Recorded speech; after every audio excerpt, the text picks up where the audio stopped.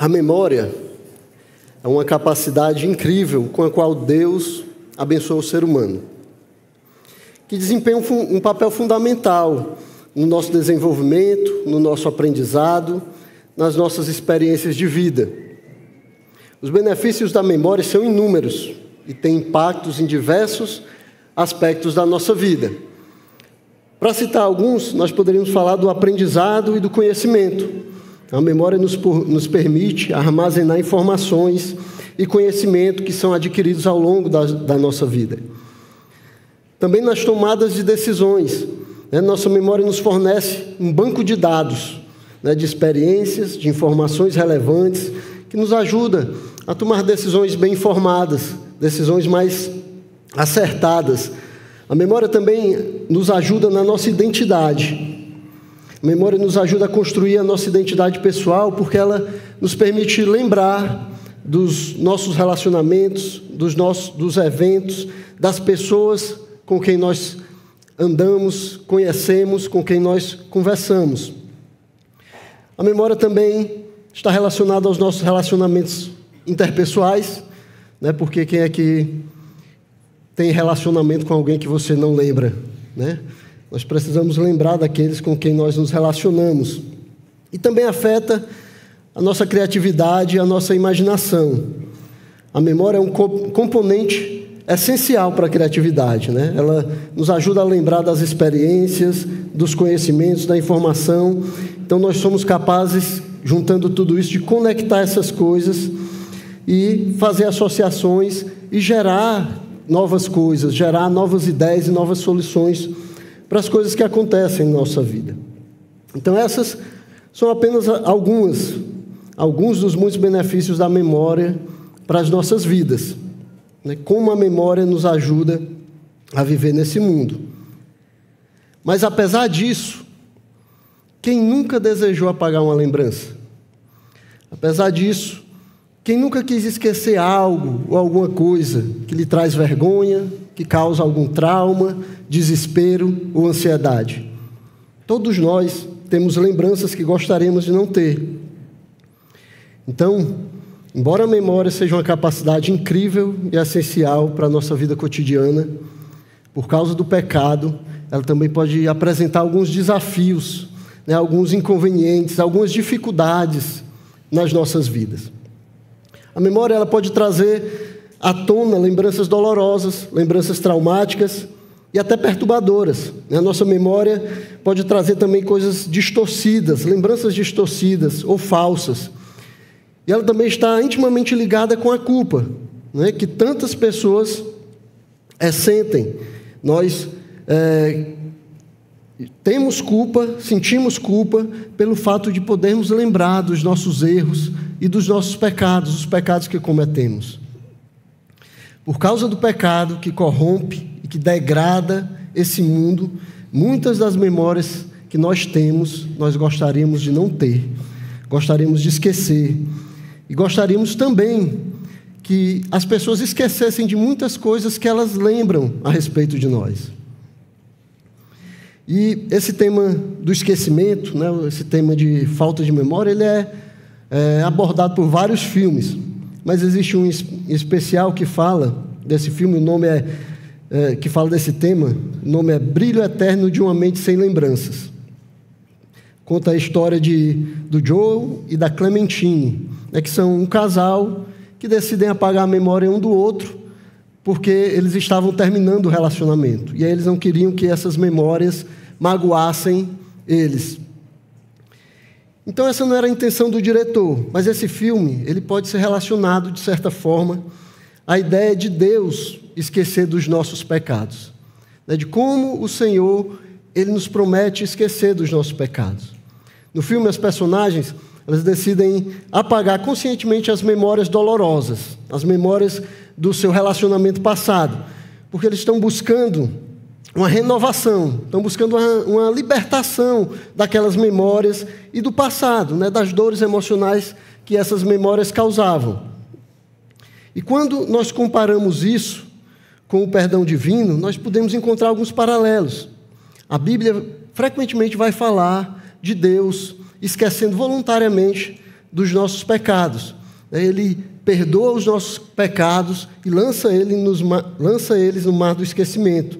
Isaías 43, 25, por exemplo, diz assim: Eu mesmo sou o que apago as suas transgressões por amor de mim.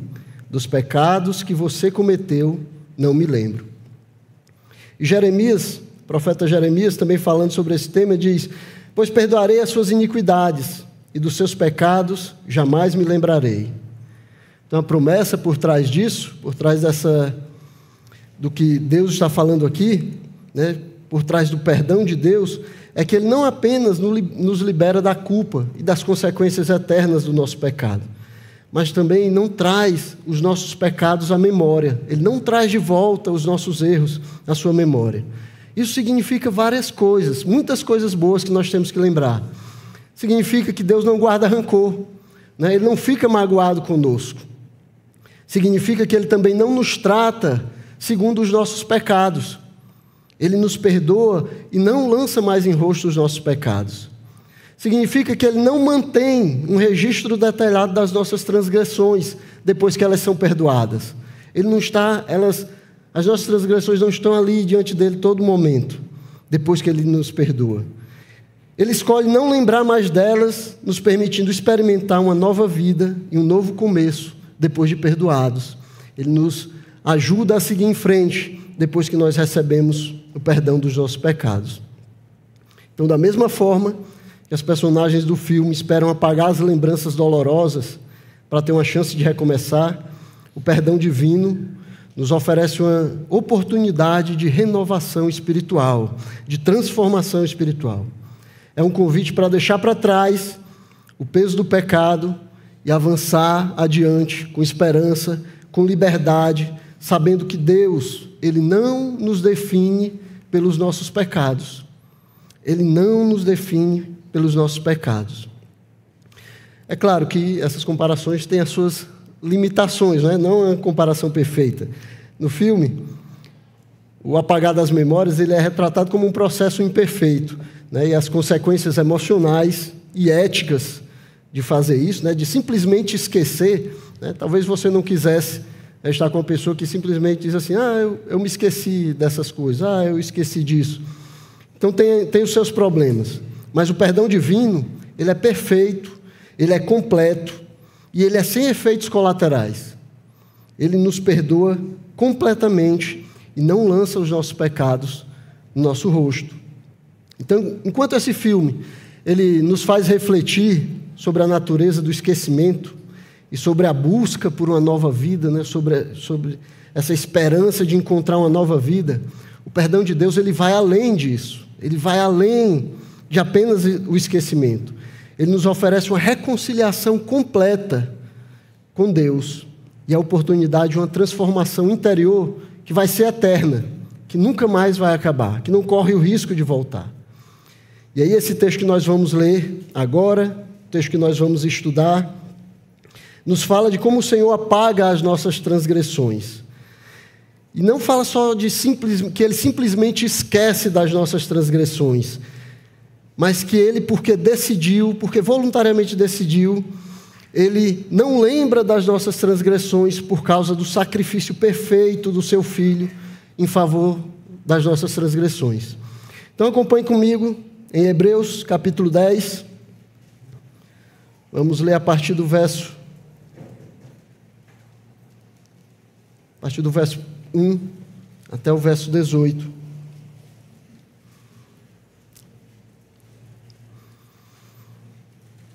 A palavra do Senhor diz assim: Ora, visto que a lei é apenas uma sombra dos bens vindouros, não a imagem real das coisas, nunca consegue aperfeiçoar aqueles que se aproximam de Deus com os mesmos sacrifícios que, ano após ano, continuamente eles oferecem.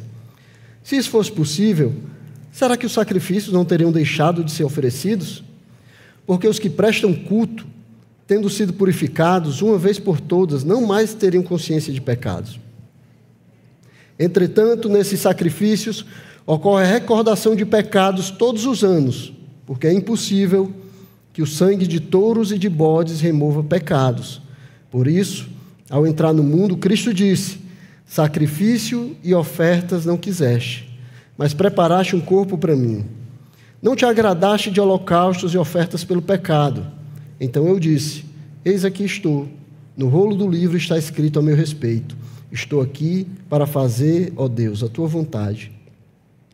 Depois de dizer como acima, sacrifícios, ofertas, holocaustos e ofertas pelo pecado não quiseste, nem deles te agradaste, coisas que se oferecem segundo a lei, num segundo momento acrescentou: eis aqui estou para fazer, ó Deus, a tua vontade. Ele remove o primeiro para estabelecer o segundo. Nessa vontade é que temos sido santificados mediante a oferta do corpo de Jesus Cristo, uma vez por todas. Ora, todo sacerdote se apresenta dia após dia para exercer o serviço sagrado e oferecer muitas vezes os mesmos sacrifícios que nunca, jamais podem remover pecados. Jesus, porém, tendo oferecido para sempre um único sacrifício pelos pecados, assentou-se à direita de Deus, aguardando daí em diante até que os seus inimigos sejam postos por estrado dos seus pés. Porque com a única oferta aperfeiçoou para sempre os que estão sendo santificados. E disto nos dá testemunho também o Espírito Santo. Porque após ter dito: esta é a aliança que farei com eles, depois daqueles dias, diz o Senhor. Imprimirei as minhas leis no coração deles e as inscreverei sobre a sua mente. Acrescenta: também dos seus pecados e das suas iniquidades jamais me lembrarei. Ora, onde há remissão de pecados, não existe mais necessidade de sacrifício pelo pecado. Amém. Curva sua cabeça, vamos fazer uma oração pedindo a Deus que nos abençoe nesse momento. Santo Deus e Pai, aqui está a Tua palavra, Senhor, aberta diante de Ti. Senhor, nós somos limitados, finitos e falhos, Pai, mas queremos Te pedir, Senhor, que nos ajude a compreender a Tua palavra, ajude a compreender aquilo que o Senhor deseja nos falar, que o Senhor quer nos ensinar, Senhor, através dessa palavra. Que a Tua palavra, Senhor, seja conforto, consolo e encorajamento, Pai, para as nossas vidas. Que seja exortação, Senhor, para vivermos uma vida firmados em Ti, firmados na Tua vontade, Pai, e vivamos para a Tua glória. Esse é o desejo dos nossos corações, Senhor. Mas nós precisamos do Senhor, do Teu Espírito Santo, nos guiando para vivermos assim. Por isso nós Te pedimos, no nome de Jesus Cristo, Teu Filho. Amém. Então esse texto, ele é o final da segunda parte do livro de Hebreus, né, que fala, aquela parte que fala sobre a superioridade da obra de Cristo. Aqui é um resumo, né, do que nós temos estudado desde o capítulo 7, quando começou essa segunda parte. Então não tem novas informações, mas é uma ratificação daquilo que foi ensinado até aqui. Então aqui é como se o autor ele pusesse um ponto final na discussão, né? E aí ele concluísse que a obra de Cristo pelos pecadores não pode ser comparada com nenhuma outra que foi feita antes dele. Essa obra ela é definitiva. Tudo mais que foi feito antes ou que possa ser feito depois não pode se comparar a ela. E como nós vimos o livro de Hebreus, né, que já temos estudado há algum tempo, é uma carta de um pastor aflito com a tolice das suas ovelhas, né, que estavam querendo voltar atrás e abandonar o caminho perfeito que eles vinham trilhando. Então esse pastor, por isso, vai lutar para conduzir esse povo para voltar ao primeiro amor, né, para desviá-los da loucura de abandonarem a Cristo, para trazê-los de volta para o caminho correto, né, para desviá-los dessa ideia de voltar para o judaísmo e encontrar lá no judaísmo alguma coisa que servisse para a sua salvação. Então ele escreve à igreja dos Hebreus, argumentando de todas as maneiras que ele pode, né, usando as Escrituras para demonstrar que Jesus Cristo é o melhor da vida, que Jesus Cristo é o suficiente para a salvação deles, que Jesus Cristo é a única maneira pela qual eles podem chegar a Deus. Então ele começou falando da superioridade da pessoa de Cristo. Ele é superior como revelação de Deus. E aí do capítulo 1 até o capítulo 6, ele falou sobre isso, sobre a superioridade de Cristo. Ele é superior aos profetas, aos anjos, a Moisés, a Josué, ele é superior à própria lei ou a qualquer outro tipo de revelação que possa vir depois dele. Ele é superior. Ele é o meio superior de revelação de Deus. Jesus é a perfeita revelação de Deus, porque ele é o resplendor da glória de Deus e a expressão exata do seu ser, como ele inicia o capítulo dizendo. Na segunda parte, que começa ali no capítulo 7, ele argumenta que Cristo também é superior em sua obra redentora. Então, a obra de Cristo é superior a todas as obras da antiga aliança. Ele é superior porque ele é de uma linhagem sacerdotal superior, a linhagem de Melquisedeque, que não tem início de dias, nem fim de existência. Ele entrou no santuário superior, ele entrou no santuário celeste, não no santuário feito por mãos humanas, mas no próprio céu, está diante de Deus. Ele também é superior porque ele é mediador de uma aliança superior. Ele é mediador da nova aliança, uma aliança que não está baseada só em ordenanças, só em leis, só em mandamentos, mas é uma aliança que pode transformar o próprio coração do homem, que pode transformar o homem, como nós vamos ver aqui. E ele também é superior porque ofereceu um sacrifício superior. Ele não ofereceu cordeiros, bezerros, pombos, ele ofereceu a própria vida. Ele entregou ele mesmo para ser morto em favor dos pecadores. Então agora no texto que nós lemos, aqui no capítulo 10, o nosso autor ele vai dar o golpe final no antigo sistema. Ele agora vai resumir tudo e dar o golpe final de por que o antigo sistema não era suficiente para salvar. Ele vai mostrar o contraste entre os efeitos superficiais e temporários dos sacrifícios que eram realizados na nova aliança e a eficácia perfeita e eterna do sacrifício de Cristo, da expiação de Cristo pelos nossos pecados. Isso é mostrado pela glorificação de Cristo à destra de Deus, como Cristo, ele sobe até Deus, e isso demonstra a aceitação de Deus do sacrifício que ele fez. É demonstrado também pelo testemunho do Espírito Santo, como nós vamos ver aqui, o próprio Espírito testemunha desse sacrifício, e principalmente é demonstrado pelo perdão dos nossos pecados, o perdão que nós alcançamos em Cristo Jesus. A purificação da nossa consciência era impossível para a lei. E é por isso que nós precisávamos de um meio superior, de um meio melhor. Nós precisávamos de alguém melhor que pudesse purificar as nossas consciências, nos purificar dos nossos pecados.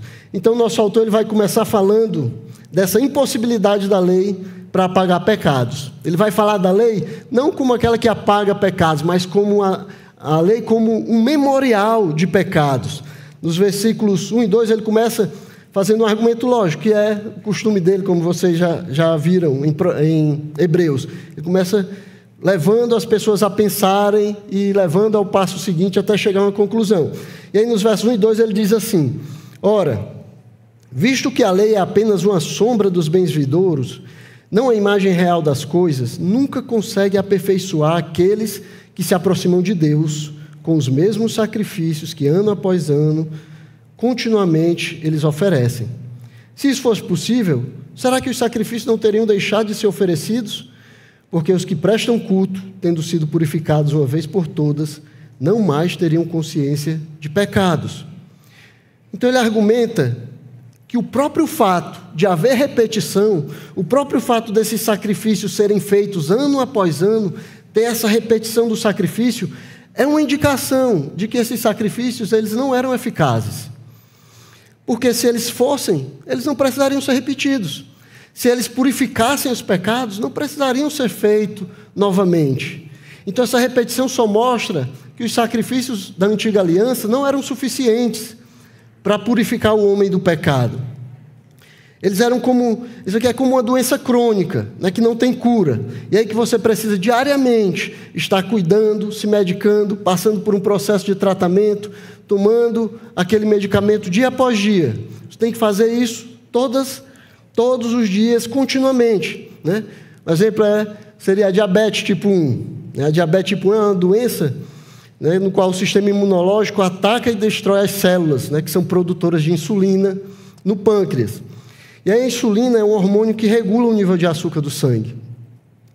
permitindo que as células absorvam a glicose e utilizem como fonte de energia. Sem insulina suficiente, os níveis de açúcar no sangue eles vão se elevar, eles vão aumentar. E aí, isso vai causar vários problemas graves na pessoa, né? Pode levar até uma condição fatal. E a pessoa com diabetes tipo 1, ela precisa de tratamento contínuo com insulina. Né? Precisa continuamente estar tomando essa insulina, né? Para que os níveis de glicose no sangue, né, fiquem dentro do nível adequado.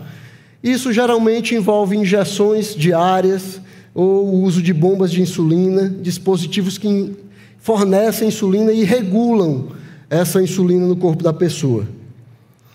O tratamento com insulina mantém a pessoa viva, mas longe de ser a cura para a diabetes, é uma lembrança contínua de que a pessoa está doente. Continuamente, ao fazer aquele tratamento, ao realizar aquele tratamento, ele está lembrando a ele mesmo que ele continua doente. Era isso que eram os sacrifícios, era isso que era a lei. Uma lembrança contínua da condição pecaminosa do homem. É o que o autor ele está dizendo, é o que ele continua dizendo nos versículos 3 e 4. Entretanto, nesses sacrifícios ocorre recordação de pecados, todos os anos, porque é impossível que o sangue de touros e de bodes remova pecados. Então, assim como a insulina não cura a diabetes, os sacrifícios da antiga aliança não podiam libertar o homem do pecado. Ele continuava um pecador. Ele continuava com a consciência do pecado.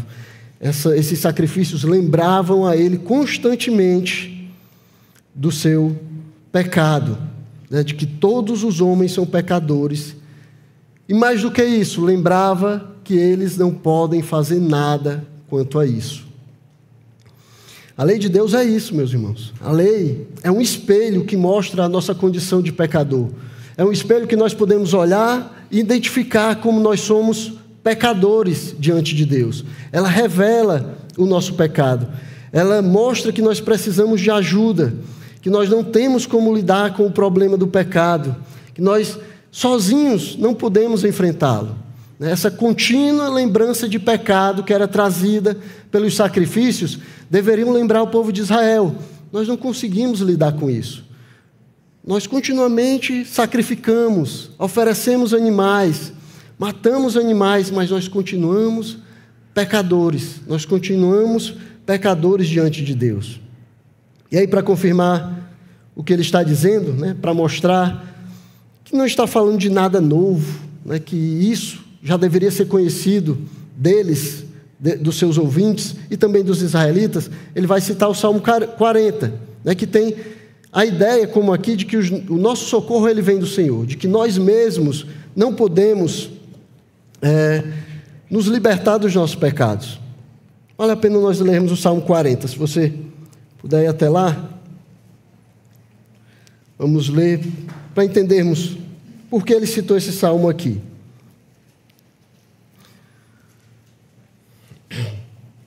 O Salmo 40 diz o seguinte: ao mestre de canto, Salmo de Davi. Esperei com paciência pelo Senhor. Ele se inclinou para mim e me ouviu quando clamei por socorro. Tirou-me de um poço de perdição, de um atoleiro de lama. Colocou os meus pés sobre uma rocha e firmou os meus passos. E me pôs nos lábios um cântico novo, um hino de louvor ao nosso Deus. Muitos verão essas coisas, temerão e confiarão no Senhor. Bem-aventurado é aquele que põe no Senhor a sua confiança e não se volta para os arrogantes, nem para os que seguem a mentira. São muitas, Senhor, Deus meu, as maravilhas que tens operado, e também os teus desígnios para conosco. Não há ninguém que possa se igualar a ti. Eu quisera anunciá-los e deles falar, mas são mais do que se pode contar. E aqui a parte que o nosso autor vai citar. Sacrifícios e ofertas não quiseste, abriste os meus ouvidos. Holocaustos e ofertas pelo pecado não requeres. Então eu disse: eis aqui estou, no rolo do livro está escrito a meu respeito. Guarda-me, agrada-me fazer a tua vontade, ó Deus meu. A tua lei está dentro do meu coração. Então, para ensinar o que ele vinha falando até aqui, ele cita esse salmo, né? E quando a gente lê o salmo, parece que, de repente, o autor muda de assunto, né? Ele está falando sobre a confiança dele no Senhor, como só o Senhor pode livrar ele, e depois, de repente, ele começa a falar de sacrifícios. Mas não, tudo está envolvido, tudo estava na mente do autor, ele sabia o que ele estava fazendo. E esse salmo, ele diz a mesma coisa que lemos nos primeiros versos desse texto que nós estamos estudando. Os sacrifícios não podem salvar, portanto, confiem no Senhor. Então ele estava falando para judeus que queriam voltar para o judaísmo. Ele está dizendo, os sacrifícios não podem salvar vocês. Os sacrifícios da antiga lei, os costumes, os rituais, isso não vai trazer salvação a vocês. Confiem no Senhor. Confiem no Senhor que salvou vocês. Mas é interessante quando a gente lê aqui que tem uma pequena diferença, né, que a gente não pode deixar passar.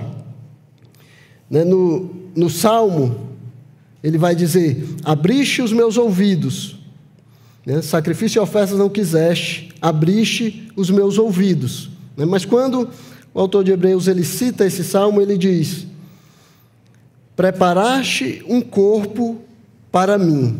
Né? Ele diz, sacrifícios e ofertas não quiseste, mas preparaste um para mim. Então ele faz essa mudança. Né? E por que ele muda isso? Por que ele fala de uma maneira diferente, já que ele estava citando o Salmo? Então, o autor do Salmo, né, quando escreveu, Davi, ele estava falando, quando ele diz que ele entende que Deus não aceita sacrifício e ofertas, mas que o Senhor abriu os ouvidos dele, ele estava pensando nos ídolos falsos, né? Os ídolos de madeira e os ídolos de pedra, que aqueles que adoram esses ídolos acabam se tornando como eles, que têm ouvidos, mas não ouvem. Então eles não estavam ouvindo a revelação do Senhor, não estavam ouvindo o que o Senhor estava dizendo para eles. E aí o Senhor abre os ouvidos dele. No original, significa cavar os ouvidos dele. O Senhor cavava como estivesse cavando em uma pedra ou em uma madeira para que os ouvidos deles fossem abertos e eles pudessem compreender a revelação do Senhor. Mas o nosso autor, que tinha mais informações, né, por causa do tempo que passou e por causa da revelação que o Senhor deu, ele tinha mais informações a respeito disso. E ele sabia quem era a revelação perfeita do Senhor. Quem era que revelava Deus perfeitamente. Ele sabia que Jesus era essa revelação. É como se ao mesmo tempo que ele citasse, ele também interpretasse o que o salmista quis dizer. Lá ele diz, tua revelação abriu os meus olhos. Mas o salmista ainda não sabia qual era essa revelação. Aqui, né, o nosso autor, já sabendo, já conhecendo, ele diz, Jesus Cristo é a perfeita revelação de Deus. Então, agora o que abre os nossos ouvidos é o fato de nós conhecermos Jesus Cristo, né, que se fez carne, que veio a esse mundo, que veio nos salvar e que veio nos revelar Deus, para que nós andássemos segundo a sua vontade. É assim que ele começa a carta, né? Essa é a confiança do autor de Hebreus. Ele começa dizendo, no versículo 1, capítulo 1, versículo 1, antigamente, Deus falou muitas vezes e de muitas maneiras aos pais pelos profetas, mas nesses últimos dias nos falou pelo Filho, a quem constituiu o herdeiro de todas as coisas e pelo qual também fez o universo, o Filho que é o resplendor da sua glória, resplendor da glória de Deus e a expressão exata do seu ser. Jesus é a perfeita e definitiva revelação de Deus. Nosso autor sabe disso. Por isso, ele muda o que o salmista disse, ele interpreta o que o salmista disse. Assim como Jesus é a perfeita revelação de Deus, ele também é o perfeito e definitivo sacrifício pelo pecado. Depois dele, ninguém mais precisa se lembrar de pecados. Nós não precisamos trazer de novo à memória os nossos pecados, os pecados passados, pelos quais nós já fomos perdoados. É assim que ele termina dizendo, verso 10 ele diz, nessa vontade é que temos sido santificados mediante a oferta do corpo de Jesus Cristo, uma vez por todas. Então, na vontade de Deus, nós temos sido santificados mediante o sacrifício de Jesus Cristo. Nós não precisamos mais viver baseados, fundamentados nos nossos pecados passados, porque Jesus Cristo, ele se sacrificou, ele deu a sua vida para que nós alcançássemos perdão. E aí eu tenho que perguntar para você, como é que você tem lidado com o seu passado? Como é que tem sido lembrar dos erros, dos pecados, dos problemas que você viveu no passado? Você ainda lembra dos pecados que você cometeu? Das dificuldades que você teve que lidar por causa do pecado? Será que esses pecados eles ainda atormentam você? Será que eles ainda vêm até você, lhe assombram e você às vezes não consegue viver, não consegue dormir, fica paralisado por causa da lembrança desses pecados? A promessa de Cristo é que por causa do sacrifício dele, esses pecados eles foram lançados no mar do esquecimento. Eles não têm mais efeito sobre as nossas vidas. Eles não podem mais fazer nada contra nós por causa do sacrifício de Jesus Cristo. Não é como na antiga aliança, onde se fazia constantemente recordação de pecados. Não, agora esses pecados eles são perdoados definitivamente. Se nós cremos em Jesus Cristo, se nós cremos que o sacrifício dele foi suficiente para nos dar uma nova vida, então nós não precisamos mais nos lembrar desses pecados passados, porque o sacrifício de Cristo foi definitivo, foi de uma vez por todas. Os pecados não precisam ser mais lembrados. Mas talvez o seu problema seja que você não consegue esquecer os pecados dos outros, né? Principalmente aqueles pecados que foram cometidos contra você, né? Aqueles pecados que lhe feriram, né? Que lhe magoaram, que trazem lembranças ruins para você. Talvez você não consiga perdoar as pessoas e esquecer desses pecados. Você venha carregando essa mágoa dentro de você. Mas lembre, o sangue de Jesus, ele é poderoso para apagar também esses pecados. Ele é poderoso para apagar os pecados de todos aqueles que se rendem a Ele como Senhor e Salvador das suas vidas. Então tome a decisão de perdoar de verdade. E perdoar significa nunca mais tornar a trazer à lembrança esses pecados, assim como o Senhor faz conosco, quando somos perdoados por Ele. Ele decide, voluntariamente, não trazer mais à lembrança os pecados que foram perdoados, os pecados que ficaram para trás. Decida perdoar de verdade. Decida não tratar as pessoas por causa dos seus pecados. Decida não se relacionar com as pessoas baseados nos pecados que eles cometeram contra você. Decida enterrar esses pecados aos pés da cruz de Cristo, que morreu para que os nossos pecados fossem apagados e nós nunca mais precisássemos lembrar deles. Lembrem, os cristãos, aqueles que decidiram seguir a Cristo, eles não têm a opção de não perdoar. Não temos a opção de não perdoar. O Senhor nos chama para o perdão. E aí, ele continua falando desse sacrifício definitivo. E ele vai apresentar o contraste entre o sacrifício de Cristo e os sacrifícios dos sacerdotes levíticos, os sacrifícios da antiga aliança, aqueles que eram feitos no povo judeu.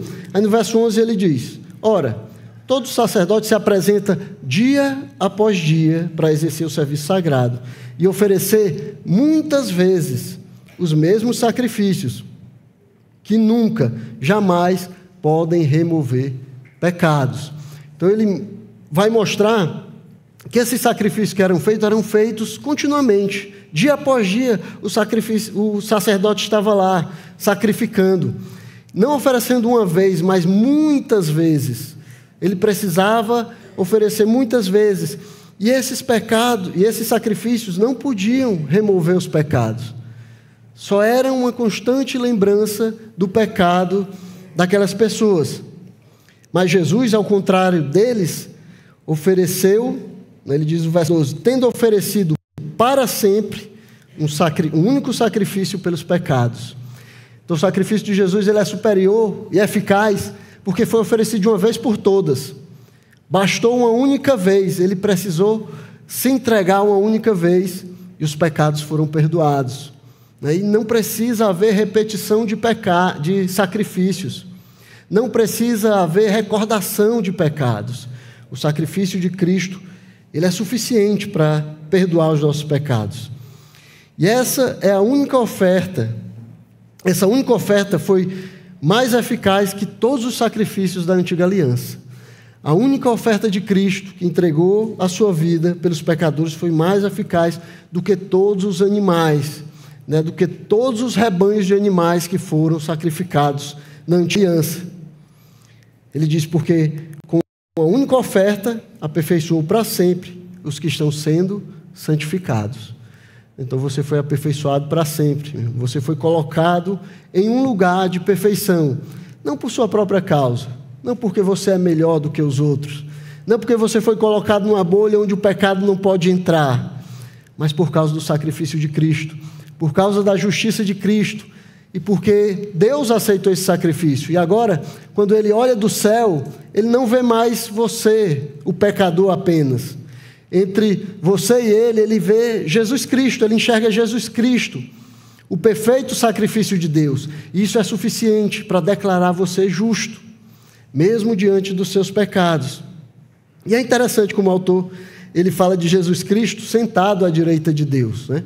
Então a gente tem em vários outros lugares a gente vê Jesus sendo representado, sentado à direita de Deus, né? Na maioria das vezes ele está em pé à direita de Deus. Mas aqui o autor, ele quer destacar tanto que ele terminou a sua obra de redenção, né? Então agora ele está sentado, ele não precisa fazer mais nada, porque o sacrifício é definitivo. Se é definitivo, não precisa ser repetido. Ele está sentado à direita de Deus. Então ele terminou a sua obra de redenção. E também quer demonstrar que ele foi glorificado por meio dessa obra. A obra de Cristo foi o que trouxe glória a ele, foi o que o glorificou à direita de Deus. É por isso que ele diz no verso 12: assentou-se à direita de Deus, aguardando daí em diante, até que os seus inimigos sejam postos por estrado dos seus pés. Ele só está aguardando ser consumado aquilo que já foi determinado. Ele está aguardando o tempo determinado para reinar, para tomar o seu lugar de glória.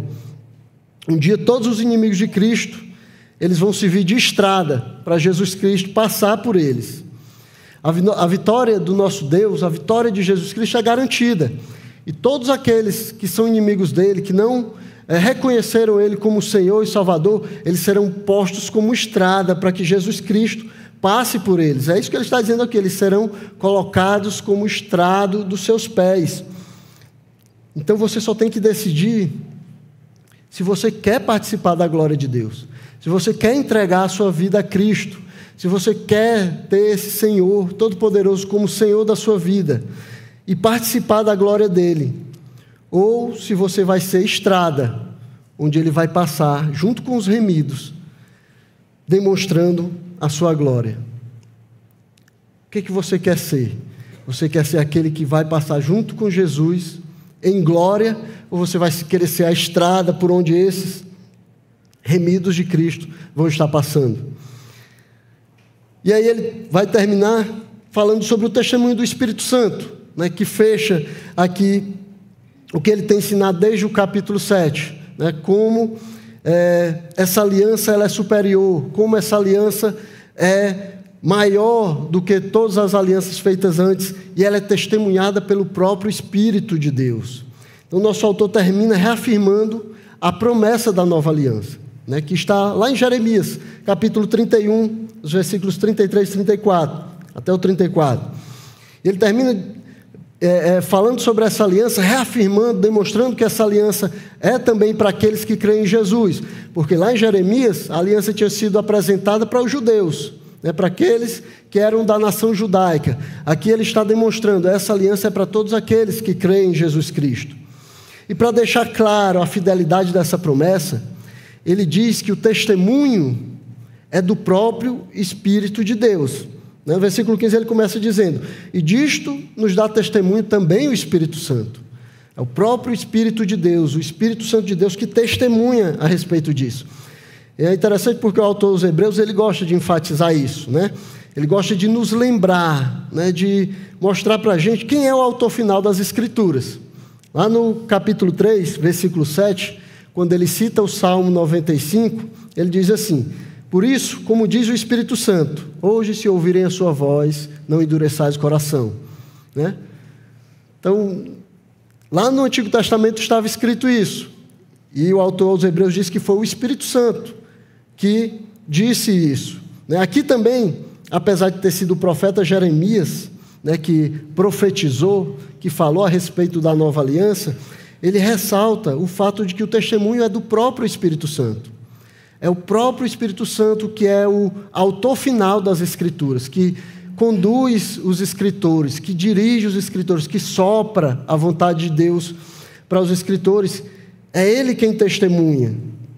É o próprio Espírito que testemunha a respeito dessa promessa que o Senhor faz a nós. E Ele queria que os ouvintes eles compreendessem a certeza dessa promessa, que eles entendessem. O Espírito Santo de Deus, Ele afirmou. Então não é qualquer pessoa, né, que está prometendo. Não é qualquer um que falou a respeito disso. Essa é uma promessa divina. É uma promessa do próprio Deus, a promessa do Espírito Santo de Deus. Portanto, ela é certa, ela acontecerá no tempo determinado por Deus. Ele queria que os ouvintes dele, aqueles judeus que estavam vacilantes, por causa da perseguição, queriam voltar ao judaísmo, queriam se esconder lá e dizer, não, a gente pode ficar aqui, servir ainda ao mesmo Deus, sem sofrer as perseguições.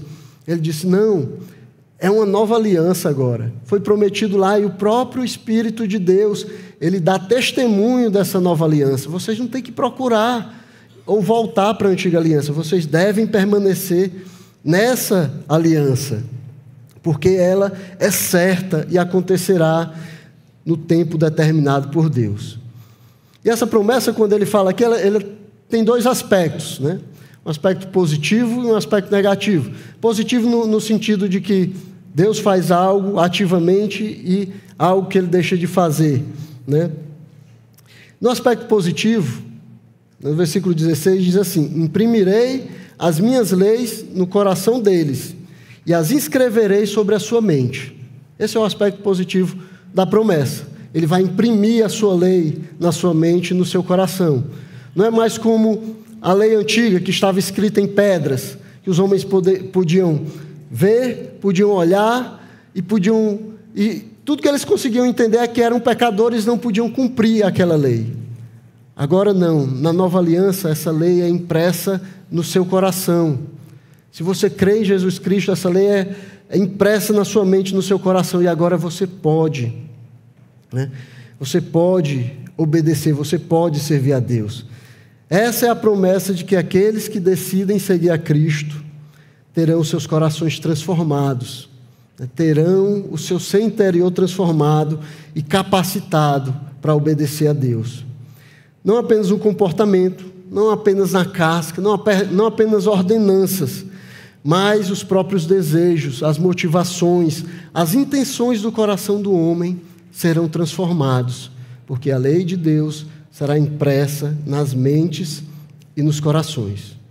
Então, aquilo que a lei não pôde fazer, porque ela era apenas uma sombra, um símbolo, né, uma figura daquilo que era real, o Senhor realizou através do sacrifício do seu Filho Santo, através do sacrifício de Jesus Cristo, que morreu para que nós fôssemos considerados justos diante de Deus.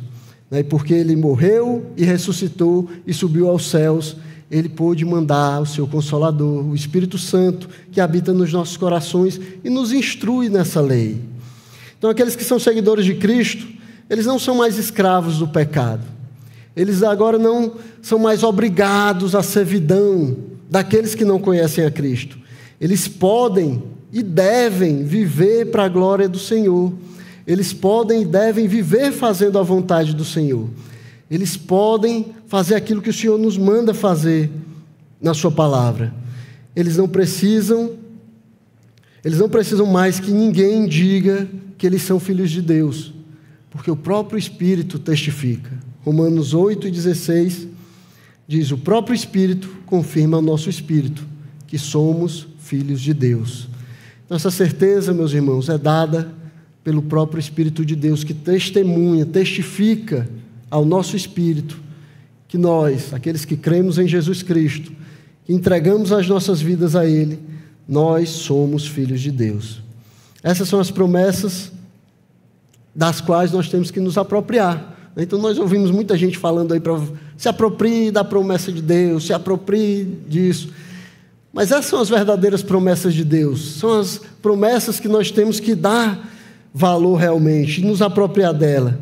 O Senhor não nos prometeu casa, não nos prometeu carro, nem casamento, nem conforto. Ele não nos prometeu sucesso, nem nada disso que o mundo procura, busca de todas as maneiras. Mas Ele promete que nós seremos transformados pelo sacrifício perfeito do Seu Filho. E no fim, nós teremos a vitória sobre esse mundo. Nós teremos a vitória sobre o pecado. Essa é a promessa de Deus para nós. Essa é a promessa da nova aliança que o Senhor fez conosco.